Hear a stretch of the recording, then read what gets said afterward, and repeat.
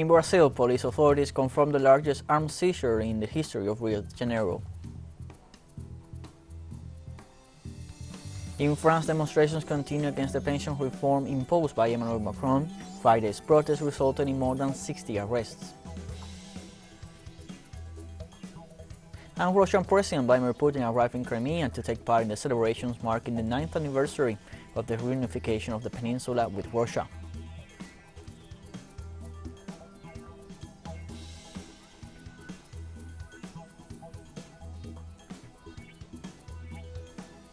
Hello, welcome to From the South. I'm Luis Alberto Matos from the teleSUR studios in Havana, Cuba.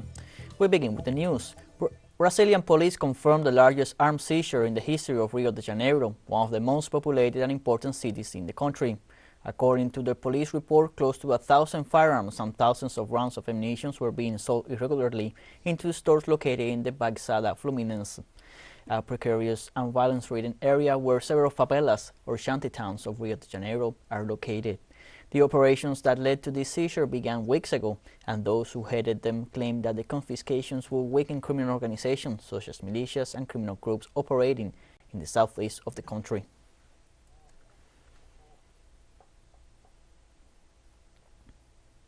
In Chile, labor organizations have announced that they will submit a proposal to the executive branch for a wage increase to cover the cost of the basic food basket.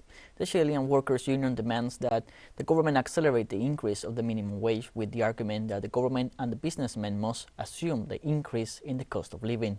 A spokesman for the union organization said the permanent negotiations are expected to be held with the government during March and April, hoping to achieve progressive increases that will take the minimum wage to $500 within a year. If the agreements are reached, they will be presented to Congress through a bill.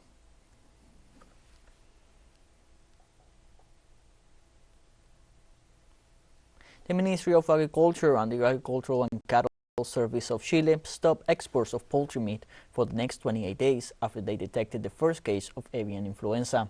The spokesman for the Agricultural and Cattle Service, an agency of the Ministry of Agriculture that seeks to protect and improve animal and vegetable health, Carlos Orellana, said that the event is very limited and the situation is expected to be controlled soon.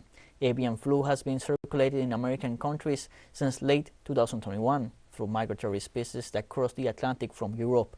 A local company killed over 40,000 birds to prevent spreading of the disease in the region.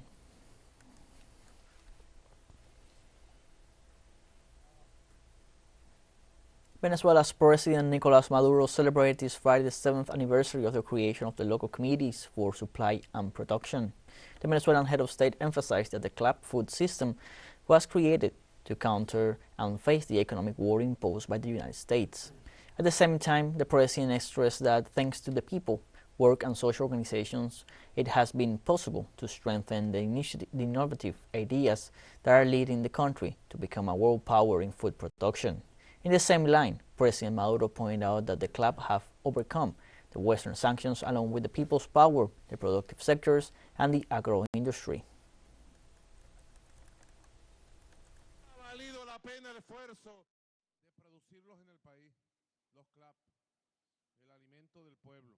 The club, the food of the people, the commitment together with the productive sectors of the countryside, the farmers and producers together with the agribusiness. In the years 2017-2018, the imperialist government of the United States sanctioned the club to cut off our hands. And in the years 2018-2019, it lashed out against the club, persecuted the businessmen who in other countries produced this food and sold it to us, and imprisoned several businessmen in several countries. They tried to cut the club to create a national commotion. And what did we do? We gave the order to produce the club in Venezuela, and I can say that from 93% of imported club in 2016, by 2022 we have reached 95% of club produced in Venezuela. On Saturday, President Andrés Manuel López Obrador will fill Mexico City's Zócalo.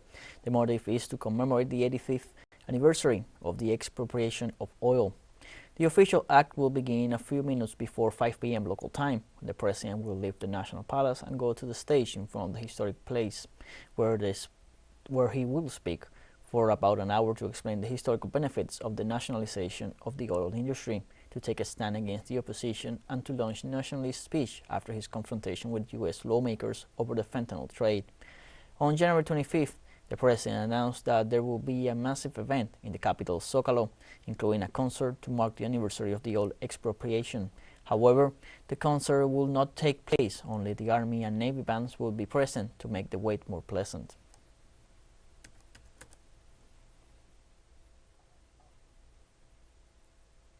Haiti's Prime Minister Henry will mobilize the armed forces to fight gang groups in the country.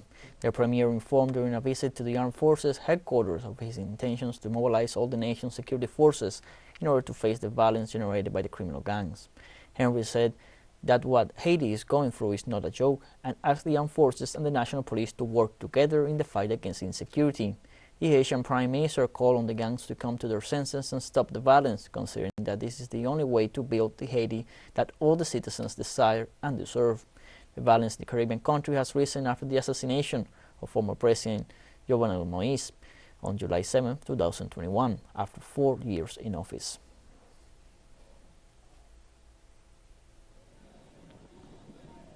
The closing ceremony of the International Colloquium Patria, along with the concert by Buena Fe, which had been postponed due to weather conditions, took place on the steps of the University of Havana through an innovative show. The cultural political show was organized with the participation of audiovisual producers, musicians, video mapping artists, and national and international experts such as Cela Seche, DJ Reid, and Chanara, Nelson Valdez, the Irish Duet, and Rodrigo Sosa.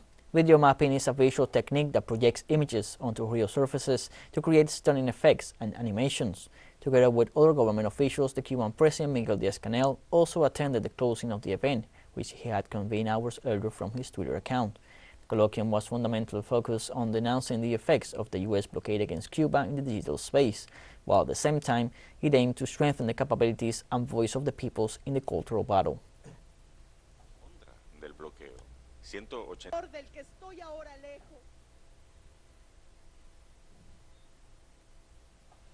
Let's take a short break, but first remember you can follow us on TikTok at the account at teleSUR English, in which you'll be able to see news in different formats, news updates, and much more. Other stories coming up. Stay with us.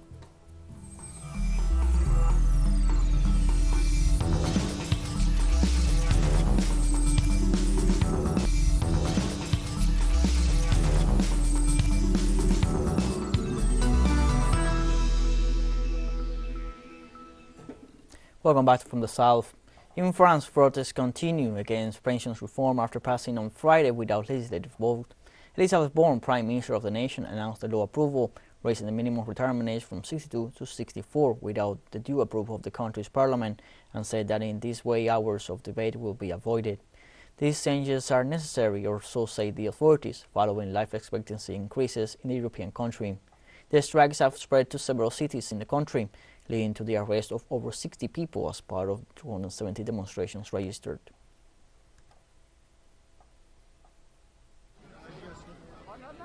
In addition to the demonstrations against the pension reform, Parisians are taking to the streets to protest against the Macron government, the supply of arms to Ukraine, and to call for France's exit from NATO.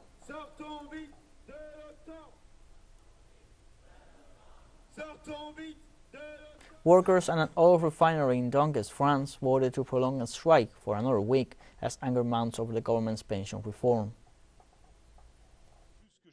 We are more determined than ever. We will be extremely attentive to the motions of no confidence on Monday, to next Thursday's protest. But in any case, the world workers, the workers of this country as a whole, have no choice but to fight. Otherwise, tomorrow it will be working hours, paid holidays, and the right to strike that will undoubtedly be challenged. It is actually the president and his government, as well as those who are in favor of this reform, who are bringing the economy to a standstill. No more, no less. We are expressing a constitutional right, which is the right to strike. Our work is at a standstill. Well, yes, it creates shortages. It can hinder the economy. And if you have to endure it, you endure it, and there's no problem. We are calling for further mobilization, especially in the streets on March the 23rd, but also in all the sectors where it is possible. It is possible right now, apparently, at the Normandy refinery. It is possible in certain sectors, as we have seen with the rubbish collectors. We have to do it where possible. We don't need to become radical, but this here is an example of inter-union action working. We managed to mobilize and show our opposition to this unfair and brutal reform.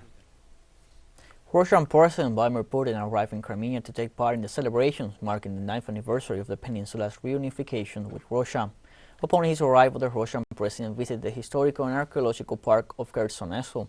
The head of state also visited the Korsun Children's Center and an art school for children. During his tour, President Putin was accompanied by several authorities of the region, among them the governor of Sevastopol, Mikhail Razvosaev. This Saturday, a number of celebrations commemorate the historical date, including photo exhibitions and concerts in the cities of the Crimea region. In 2014, following a referendum on the political status of Crimea, a reunification treaty was signed in Moscow on March 18th, which entered into force on March 21st of that same year.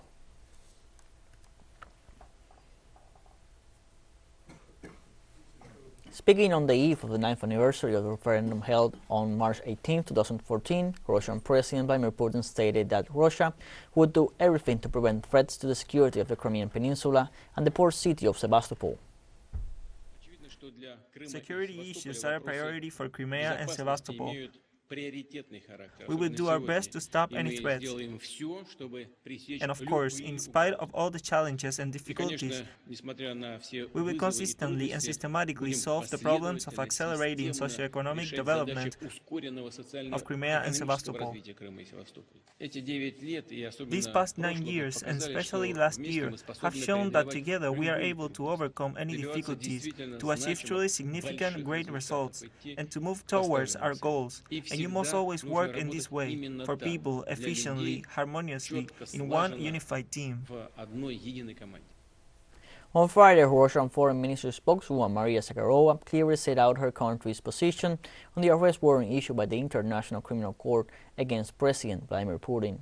According to the Russian Foreign Ministry spokeswoman, the decisions of the ICC have no significance for her country, not even from a legal point of view. Zakharova recalled that Russia is not part to the Rome Statute and has no obligations under it. She reiterated that Moscow does not cooperate with that institution and possible detention requirements emanating from that court would be legally null or void. Earlier, the Hague Court also issued arrest warrants against Putin and Russian Commissioner for Children's Rights, Maria Lvova-Belova, both accused of illegal deportation of Ukrainian children to Russia. In this connection, the Ukrainian authorities launched an investigation into an alleged forcible deportation of some 16,000 residents of conflict zones. teleSUR English continues to grow. You can now tune in from 33 different African countries through StarSat, dial 461 and enjoy a Latin American alternative broadcast. One final short break and we'll be right back. Stay with us.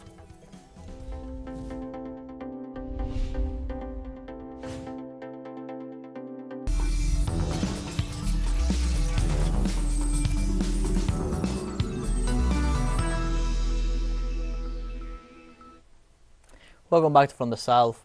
A court in Pakistan has cancelled arrest warrants for former Prime Minister Imran Khan in a corruption case, according to Khan's lawyer. Faisal Farid Chaudhry, part of Khan's legal team, expressed that the court in the capital Islamabad adjourned the session and instructed the former Prime Minister to ensure his presence at the next hearing on March 30th. The cancellation of the warrants came after Khan officially marked his appearance at the court. Khan's vehicle reached the gate of the court building on Saturday amid clashes between supporters of Khan's Pakistan Tehreek-e-Insaf party and police. Earlier on Saturday, police in Lahore carried out a raid at Khan's residence, breaking down the entrance gate to gain access. Khan condemned the raid and said it was carried out while his wife was alone at home.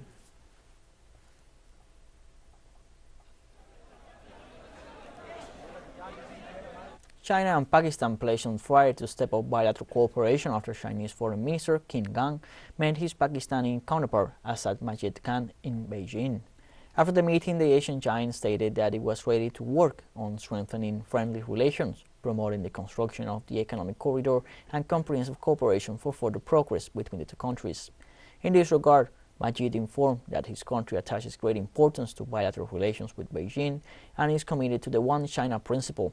During the meeting, the Chinese diplomat pointed out that the ironclad friendship between the two countries has stood the test of time and international changes.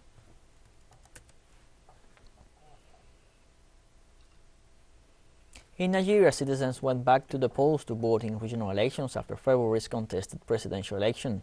Nigerians elect 28 out of 36 state governors on Saturday as the opposition continues to reject President-elect Bola Tinubu's victory. Nigeria's Independent National Electoral Commission vowed to address challenges that arose in February's polls, including delays in voting and the uploading of results, which opposition parties say caused voter disenfranchisement and manipulation of results.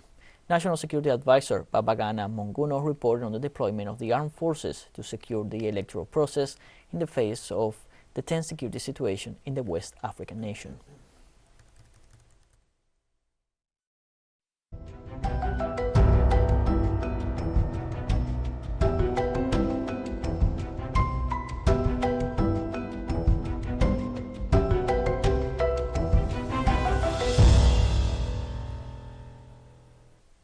The death toll in Malawi from Cyclone Freddy rose to 326, bringing the total number of victims across southern Africa to more than 400. Poor conditions prompted the Malawi police to bring in sniffer dogs to assist in the search operations, while the Zambian government offers 2 aircraft to enable the army to reach areas that have been rendered inaccessible. Toll is now at 326. You remember the last report was at 225, so this one is 100 more. With 796 injured and 201 reported missing. So the missing now are at 201. As of today, there was a request that we received, and that has warranted the Malawi Police Service, starting from tomorrow, to deploy sniffer dogs in the prone areas. So as of tomorrow, the team is already here from the dog section to assist in the search and rescue operation.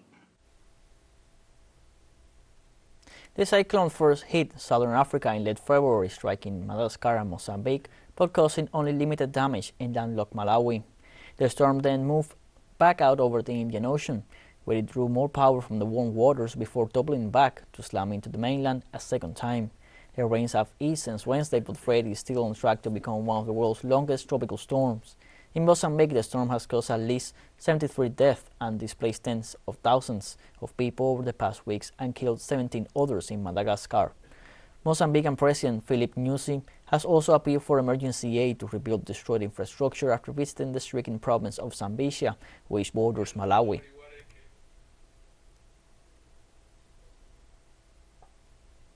The summit of heads of states of the Economic and Monetary Community of Central Africa opened for the 15th ordinary session of the organization. Heads of state from the Economic and Monetary Community of Central Africa on Friday began a one-day summit to discuss the region's economy and the impact of the Ukraine war. Cameroonian President Paul Biya declared the summit open before proceedings went behind closed doors. The six-nation group gathers the Central African Republic, Chad, Gabon, Equatorial Guinea, and the Republic of the Congo, in addition to Cameroon. Several of the members are exporters of oil whose price has been buffeted by the Russia-Ukraine conflict. They will discuss, among other topics, the regional security issues on their economies.